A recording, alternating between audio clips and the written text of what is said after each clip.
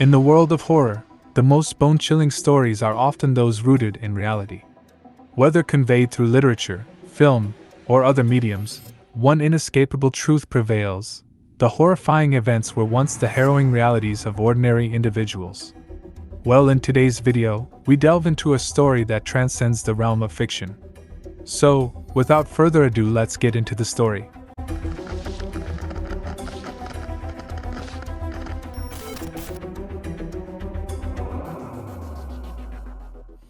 The DeFeo family was like any other suburban family, living in a roomy Dutch colonial home at 112 Ocean Avenue in Amityville. Ronald Butch DeFeo Sr. and Louise DeFeo were the parents, and they had 5 children together: Ronald Jr., Butch, Dawn, Allison, Mark, and John. On the surface, they appeared to be an average middle-class family, blending in with their quiet neighborhood. However, there were deeper issues simmering beneath the surface. Ronald DeFeo Sr., the father, had a reputation for being strict and overbearing. His relationship with Butch, the eldest son, was especially troubled, marked by ongoing conflict. This strained father-son dynamic would later become a central focus during the entire incident. In addition to these personal challenges, the DeFeo family faced financial difficulties.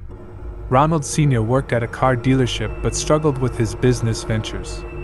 Their Amityville home had been purchased at a relatively low cost, but it demanded extensive renovations. In the quiet, unassuming town of Amityville, Long Island, New York, the stage was set for a night of unspeakable horror. It was November 13, 1974, a night that would go down in infamy. This is the chilling tale of the Amityville house. Picture a young man named Ronald DeFeo Jr., just 23 years old, stricken with terror. At around 6:30 p.m., he burst into Henry's bar, his eyes wide with fear. Panic-stricken, he says, "You got to help me. I think my mother and father are shot." A small group, including DeFeo's friend Joe Yeswit, rushed to 112 Ocean Avenue, near the bar, where the DeFeo family resided. They found DeFeo's parents lifeless, sending shockwaves through their souls. Mr. Yeswit, desperate, made an emergency call to police, where Suffolk County Police arrived at the scene, and as they entered the darkened house, they discovered a nightmarish tableau: a family annihilated. Ronald DeFeo Sr. and Louise DeFeo, both 43, lay lifeless, as did their 4 children, Dawn, Allison, Mark, and John. The air was heavy with dread. The .35 caliber lever-action Marlin 336C rifle had been the instrument of this macabre symphony. The children were struck down with single shots, but the parents, they received 2. It was chillingly clear that Louise DeFeo and her daughter Allison had been awake in their final moments. 112 Ocean Avenue, purchased by the DeFeo family in 1965, had become a house of horrors. It was here that their tragic tale met its gruesome end, and where the darkness seemed to linger long after. Ronald DeFeo Jr., known as Butch, initially claimed that the murders were the work of a mob hitman named Louis Fellini. But as detectives probed further, the threads of his story unraveled, revealing disturbing inconsistencies. DeFeo, admitting guilt, said that, "Once I started, I just couldn't stop. It went so fast." In a chilling twist, DeFeo confessed to committing the heinous acts himself. He calmly detailed how he disposed of crucial evidence, such as blood-stained clothes, the Marlin rifle, and cartridges, all before heading to work as if he were an innocent man. The ominous chapter continues to unfold on October 14, 1975, as Ronald DeFeo Jr. faced the justice system. His defense lawyer, William Weber, crafted a defense that would send shivers down the spine of the courtroom: a plea of insanity. DeFeo claimed that he had killed his own family in self-defense. He professed to have heard their voices, sinister whispers plotting his demise. His insanity plea was fortified by the testimony of his defense's psychiatrist, Dr. Daniel Schwartz. However, the prosecution's psychiatrist, Dr. Harold Zolan, countered this claim. He argued that DeFeo, despite his drug use involving heroin and LSD, was not insane. Dr. Zolan painted a chilling picture, suggesting that DeFeo had an antisocial personality disorder and was fully aware of his actions when he committed the heinous crimes. The trial's judge, Thomas Stark, delivered a damning pronouncement, labeling DeFeo's crimes as the most heinous murders committed in Suffolk County since its founding.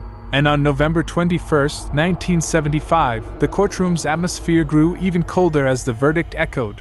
Ronald DeFeo Jr. was found guilty on 6 counts of second-degree murder. Just 2 weeks later, on December 4, 1975, Judge Thomas Stark handed down a sentence as chilling as the crimes themselves.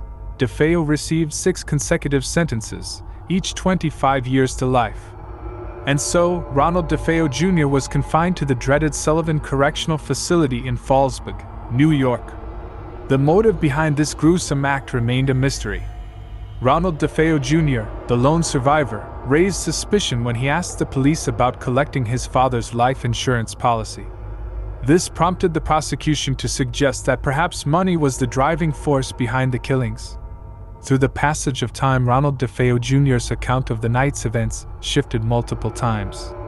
In a 1986 interview, he claimed that his sister Dawn had killed their father, and their distraught mother had killed the rest of the siblings before he killed his mother.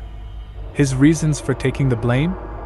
Fear of speaking ill of his mother to her father, Michael Briganti Sr., and his father's uncle, Peter DeFeo, a member of the Genovese crime family. In 1990, DeFeo filed a motion to have his conviction vacated, alleging that his sister Dawn and an unknown assailant had killed their parents, and Dawn had subsequently killed their siblings. He stated he had only killed Dawn accidentally during a struggle over the rifle. However, evidence emerged that challenged his claims, including the existence of a fictitious person and his marriage timeline. In 2000, DeFeo met with author Rick Osuna, providing yet another version of events. He claimed that he, his sister Dawn, and 2 friends had committed the murders out of desperation, as they believed their parents were plotting to kill him. DeFeo alleged that Dawn had killed the other children to eliminate witnesses. Controversy surrounds the case, with differing opinions on the evidence. While some argue that unburned gunpowder on Dawn's nightgown suggests she fired the weapon, ballistics experts and medical examiners offer a different perspective. With DeFeo's ever-changing narratives over the years, skepticism has grown regarding the validity of his claims. Joe Nickell, a skeptic, cautions against taking his words at face value. Locked away from the world, all of his appeals and pleas to the parole board were met with rejection, a haunting echo of his crime. Thank you for joining in today's video. If you enjoyed what you just watched, don't forget to hit that thumbs up button, that it would go to therapy to get rid of all the emotional baggage from being constantly clicked at. Don't forget to tap that notification bell as well to not miss an update, and kindly comment and share as well. It really helps the channel grow.